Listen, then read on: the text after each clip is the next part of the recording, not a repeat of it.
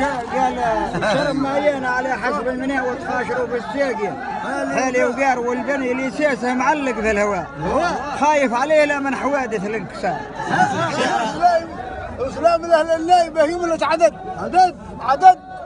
جمع الطوائف كلهم اللي في اللقاه شارها اللقاه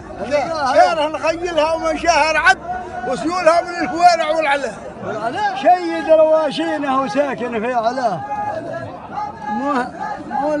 مولا المنابه اهل المنابه رحبوا من كل شد والمرحله بين المسرح والضواه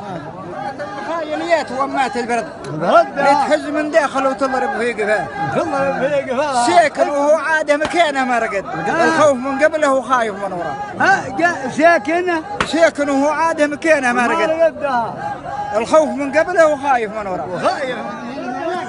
قال هاي اسمعي قدره الليالي في مشد ايوه وبقيت تفكر في رقوده والنباه نعم وبقيت تفكر في رقوده والنباه في الوقت اللي هو سنه ما استهد ايوه ما عاد الميزان لهم في الولايه ولا صح بكره وغد حطوا حصاة الساس هي ذيك الحصاة ايوه الوقت ذي وقت اليوم ذي وقت المنايا والحسد لكن حكم الله والي عيد الله اليهرة من بين محمد وأحمد ومنافسه كل بي يحولها قداه صح لسانه حبل الرشاليات فيها بدا أكد شرع علي بيرين بكثر المياه قال واحد رسم خطه واحد رسم خطه هي ما تستهد وخلاف يا بين المقاول والبناء صح لسانه وخلاف يا بين المقاول والبناء وتوقفت بين السواحل والريض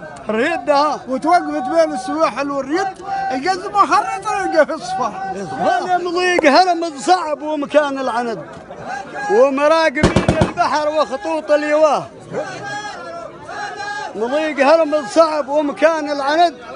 ومراقبين البحر وخطوط اليواه أكد على نفسك